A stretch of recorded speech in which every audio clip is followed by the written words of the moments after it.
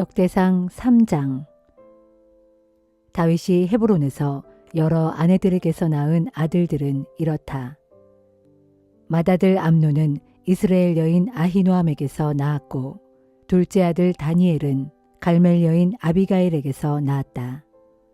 셋째 아들 압살롬은 구술 왕인 달메의 딸 마아가에게서 낳았고, 넷째 아들 아도니아는 학기색에서 낳았다. 다섯째 아들 스바디아는 아비달에게서 낳았고, 여섯째 아들 이드르암은 에글라에게서 낳았다. 이 여섯 아들은 모두 다윗이 7년 6개월 동안 헤브론에서 다스리던 때에 태어났다. 이후에 다윗은 예루살렘으로 수도를 옮겨 거기서 33년 동안 나라를 다스렸다. 다윗이 예루살렘에서 낳은 아들들은 이렇다. 곧 다윗은 암미엘의 딸 밧수아에게서 네 아들을 낳았는데 그들은 시므아, 소밥, 나단, 그리고 솔로몬이다. 다윗은 또 다른 아내들에게서도 9 아들을 두었다. 이팔, 엘리사마, 엘리벨렛, 노가, 네벡, 야비야, 엘리사마, 엘리아다, 그리고 엘리벨렛이 그들이다. 이 밖에도 다윗은 여러 첩들을 통해 많은 아들들을 낳았고 또한 다말이라는 딸도 있었다. 다윗의 아들 솔로몬의 자손들은 그 순서대로 다음과 같다. 르호보암, 아비야, 아사, 여호사밧, 요람, 아하시야, 요아스, 아마샤, 아사랴, 요담, 아하스, 히스기야, 므낫세, 아몬, 요시야이다. 또 요시야의 아들들은 맏아들 요하난, 둘째 여호야김, 셋째 시드기야, 그리고 넷째 살룸이다. 또 여호야김의 아들들은 여고냐와 시드기야이다. 바벨론으로 포로가 되어 사로잡혀간 여고냐의 자손들은 그 순서대로 다음과 같다. 스알디엘, 말기람, 부다야, 세낫살, 여가랴, 호사마, 느다비아이다. 또 부다야의 아들들은 수룹바벨과 시므이이고 수룹바벨의 아들들은 무슬람과 하나냐이며 딸 슬로밋도 있었다. 이외에도 수룹바벨에게는 5 아들이 더 있었는데 그들은 곧 하수바, 오헬, 베레기야, 하사디아, 유삽 헤셋이다. 하나냐의 아들들은 블라디아와 여사야이다. 이 밖에도 르바야의 아들들, 아르난의 아들들, 오바댜의 아들들, 그리고 스가냐의 아들들이 있었다. 스가냐의 아들은 스마야이다. 또 스마야는 5 아들을 두었는데 그들은 핫두스, 이갈, 바리야, 느아랴, 그리고 사밧이다. 또 느아랴는 3 아들을 두었는데 그들은 에료에네, 히스기야, 그리고 아스리감이다. 또 에료에네는 7 아들을 두었는데 그들은 호다위야, 엘리야십, 블라야, 악굽, 요하난, 들라야, 그리고 아난이다.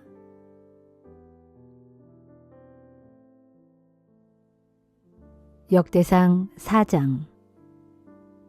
유다의 아들들은 베레스, 헤스론, 갈미, 훌, 그리고 소발이다. 소발의 아들 르아야는 야핫을 낳고 야핫은 아후메와 라핫을 낳았다. 이들에게서 소라 족속이 비롯되었다. 에담의 아들은 이스르엘, 이스마, 그리고 잇바스이다. 그에게는 하술렐 본이라는 딸도 있었다. 분우엘은 그돌 성읍을 세우고 에셀은 후사 성읍을 세웠다. 이들은 모두 베들레헴 성읍을 세운 훌의 자손들이었는데 훌은 에브라다의 맏아들이었다. 드고와 성읍을 세운 아수훌에게는 헬라와 나아라라는 2 아내가 있었다. 아수훌이 나아라와의 사이에서 낳은 아들들은 아후삼, 헤벨, 데므니, 그리고 하하스다리이고 헬라와의 사이에서 낳은 아들들은 세렛, 이소할, 그리고 에드난이다.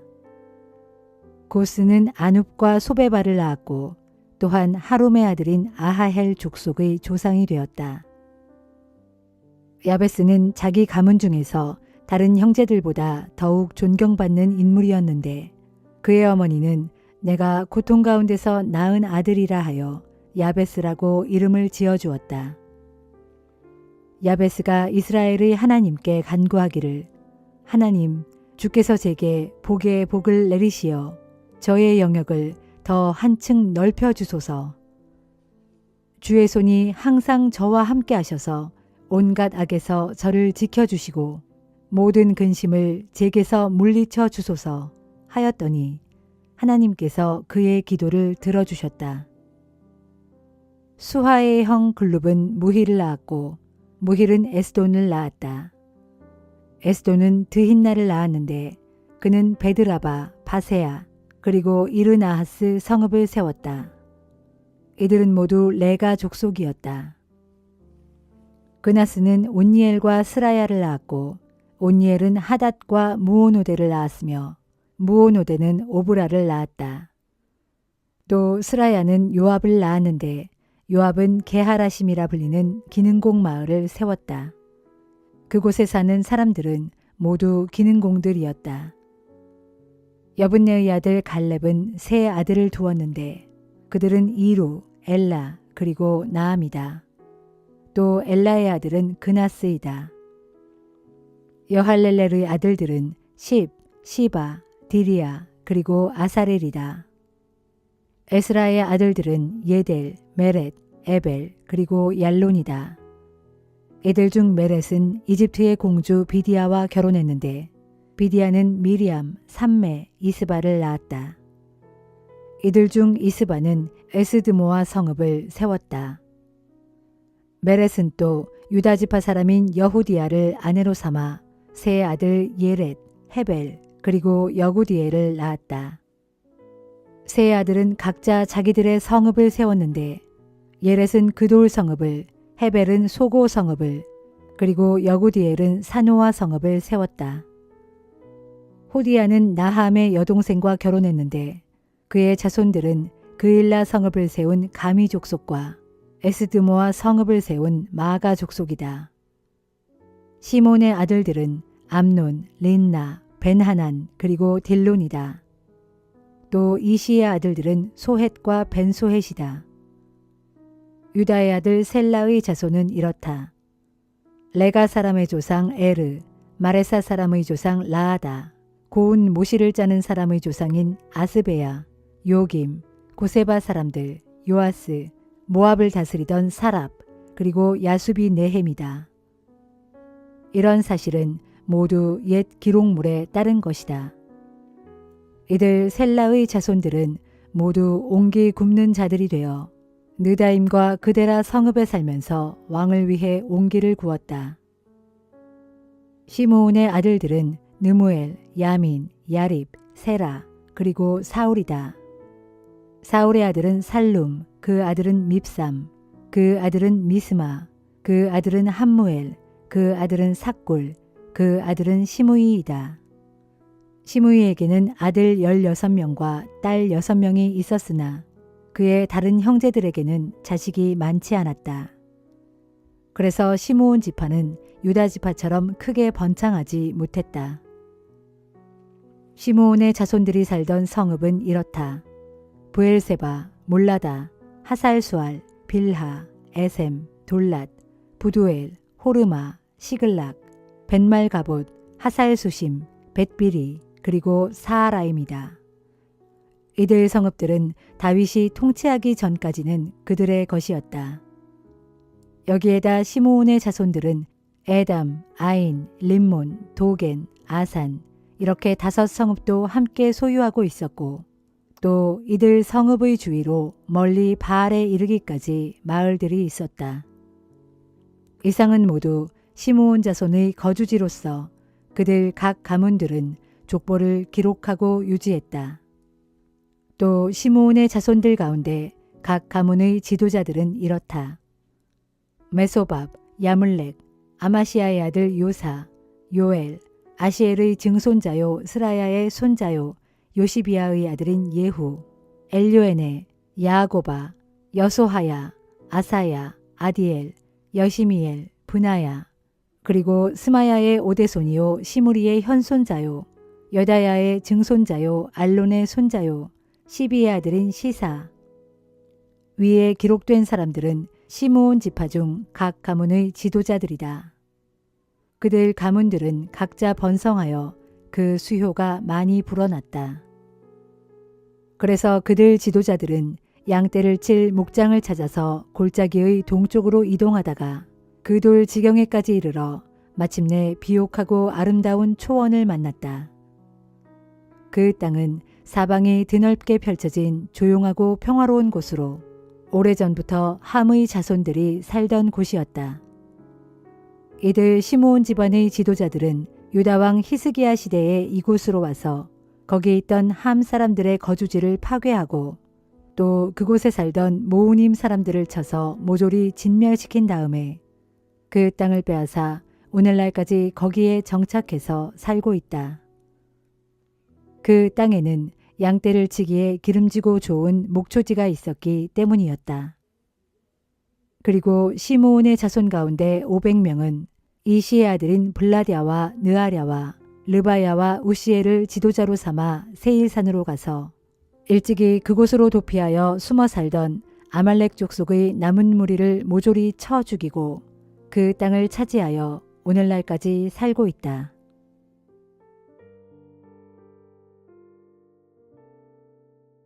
히브리서 9장. 첫 번째 언약에도 예배의 규정들과 땅에 속한 성소가 있었습니다.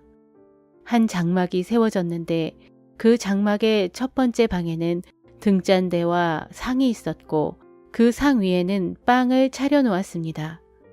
이 첫 번째 방을 성소라고 불렀습니다. 성소 안쪽의 휘장 뒤에는 지성소라고 불리는 두 번째 방이 있었습니다. 그 두 번째 방에는 금으로 만든 분향 제단 및 온통 금으로 입힌 언약궤가 놓여 있었습니다. 그리고 이 언약궤 안에는 만나를 담은 금 항아리와 싹이 돋은 아론의 지팡이와 언약의 10계명을 새긴 2개의 돌판이 들어 있었습니다. 또 그 언약궤 위에는 구룹으로 불리는 영광의 천사들이 큰 날개를 마주 펴서 속죄판을 내리덮고 있었습니다. 그런데 이런 것들에 대해서는 지금 더 자세히 말할 필요는 없습니다. 이상과 같은 것들이 성막 안에 갖추어져 있어서 제사장들은 언제나 첫 번째 방인 성소를 드나들며 자신들의 직무를 수행했습니다. 그러나 성소 안쪽에 있는 두 번째 방인 지성소에는 오직 대제사장만이 1년에 단 한 번 들어갈 수 있었는데 그때 대제사장은 자기 자신의 죄를 용서받기 위해 그리고 백성들이 모르고 지은 모든 죄를 용서받기 위해 반드시 희생제물의 피를 가지고 들어가야 했습니다. 이런 사실을 통해 성령께서 우리에게 가르쳐 주시려는 것은 첫 번째 장막이 서 있는 동안에는 지성소에 들어갈 수 있는 길이 아직 열려 있지 않다는 것입니다. 이 장막은 현 세대를 위한 비유로 오늘날 우리에게 교훈을 줍니다. 즉, 옛 제도 아래에서는 장막의 제사 규례에 따라 아무리 예물과 희생 제물을 바칠지라도 예배하는 사람의 양심까지 정결하게 해줄 수가 없다는 것입니다. 따라서 그런 규례들은 먹고 마시는 음식 및 여러 가지 씻는 예식과 관련된 의식상의 문제들로서 장차 새로운 개혁의 질서가 들어서게 될 때까지 육체에 부과된 규례들에 지나지 않습니다. 그러나 이제 그리스도께서는 새 언약의 각양 좋은 것들을 주관하시는 대제사장으로 오셔서 사람의 손으로 지은 장막이 아닌, 다시 말하자면 이 세상의 피조물들에 속하지 않은 더 위대하고 완전한 장막으로 들어가셨습니다. 그 장막으로 들어가실 때 그리스도께서는 염소나 송아지의 피를 가지고 들어가신 것이 아니라 자기 자신의 피를 가지고 단 한 번 지성소에 들어가셔서 우리에게 영원한 구원을 가져다 주셨습니다. 만일 옛 제사의 규례에 따라 염소 및 황소의 피와 암 송아지를 태운 재를 부정한 사람에게 뿌려도 그 육체가 깨끗해져서 거룩하게 될 수 있었다면, 하물며 영원하신 성령의 능력을 힘입어 자기 자신을 몸소 흠 없는 제물로 삼아 하나님께 온전히 바치신 그리스도의 피야말로 더욱더 우리의 양심을 깨끗하게 해서 우리로 하여금 우리를 죽음으로 이끄는 모든 악한 행실로부터 벗어나게 해서 오직 살아계시는 하나님을 섬길 수 있도록 해주지 않겠습니까? 이런 이유에서 그리스도께서는 새 언약의 중재자이십니다. 이런 이유에서 그리스도께서는 새 언약의 중재자이십니다. 그분께서는 첫 번째 언약 아래에서 우리가 저지른 모든 죄에서 사람들을 구원해내시려고 자기 자신을 대속의 제물로 바쳐 십자가에 죽으셨습니다. 그리하여 하나님께 부르심을 받은 모든 사람들로 하여금 약속된 영원한 유업을 물려받게 하셨습니다. 유언장이 효력을 발휘하려면 유언을 한 당사자가 죽었다는 것이 확인되어야 합니다. 유언은 유언한 사람이 죽은 후에야 비로소 효력이 발생하기 때문입니다. 당사자가 살아있는 동안에는 유언이 아무런 효력도 없습니다. 이런 이유에서 첫 번째 언약도 죽음의 피 없이 맺어진 것이 아닙니다. 그 옛날 모세가 시내산에서 이스라엘 백성들에게 율법의 계명들을 선포할 때 그는 송아지와 염소를 죽여 그 피를 우슬초와 붉은 양털에 묻혀서 물과 함께 언약의 책과 온 백성에게 뿌리고서는 이것은 하나님께서 여러분에게 명하신 언약의 피입니다 하고 말했습니다. 같은 방식으로 모세는 장막과 제사의식에 사용되는 모든 기구들에도 피를 뿌렸습니다. 이처럼 율법에 따르면 거의 모든 것들이 피로써 깨끗하게 됩니다. 진실로 피 흘림이 없이는 죄사함도 없습니다. 하늘에 있는 것들을 본떠 만든 땅 위의 모형들은 이처럼 여러 제사의식을 통해 제물로 바침으로써 정결하게 될 필요가 있습니다. 그러나 본래 하늘의 것들은 이보다 더 나은 제물로 정결하게 되어야 합니다. 그리스도께서는 하늘의 참된 것들을 본떠 만든 성소, 즉 사람의 손으로 지은 땅의 성소에 들어가지 않으셨습니다.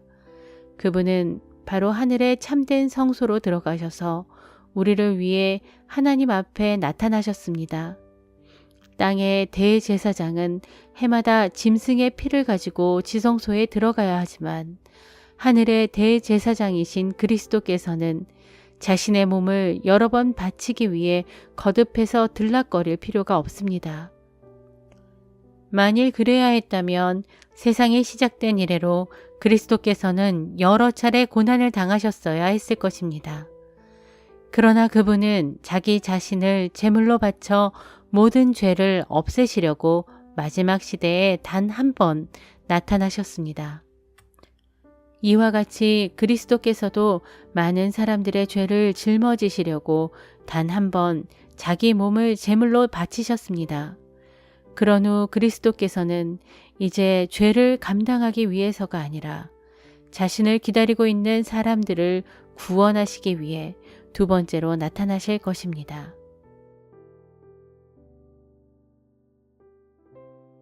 아모스 3장. 이스라엘 백성들아, 너희는 이 말씀을 들어라. 이것은 주께서 너희를 심판하시는 말씀이다. 이집트 땅에서 너희를 이끌어내신 주께서 너희 모든 족속에게 이렇게 말씀하신다.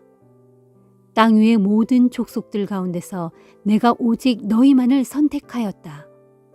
그러기에 너희가 저지른 모든 죄에 대하여 내가 너희에게 그 죄값을 묻겠다.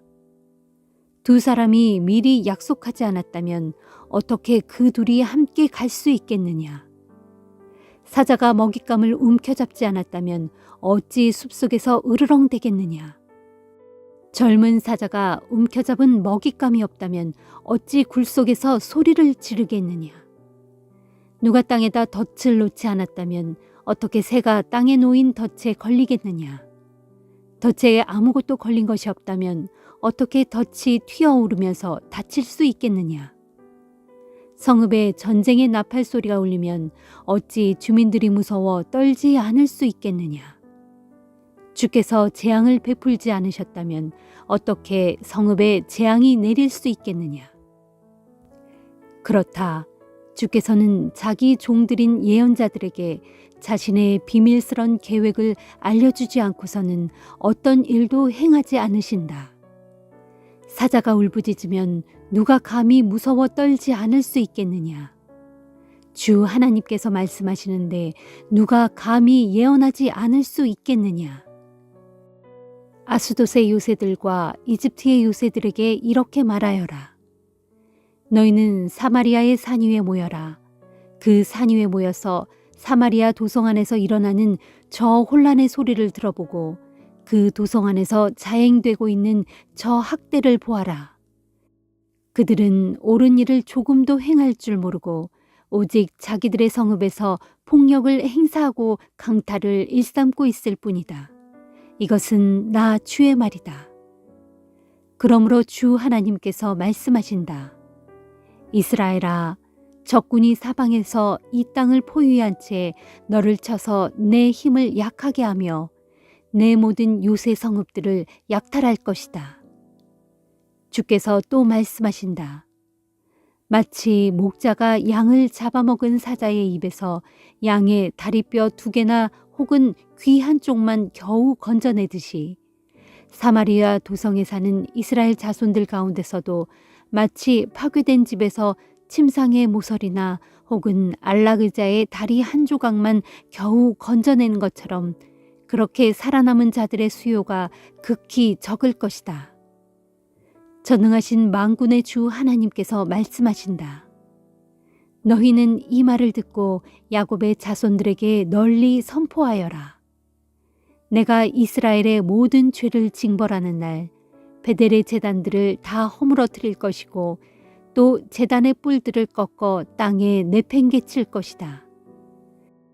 그날에 내가 또 이스라엘의 겨울 궁전과 여름 궁전을 칠 것이니 그러면 상하로 꾸며진 궁전들이 파괴되고 수많은 호화 저택들이 허물어질 것이다.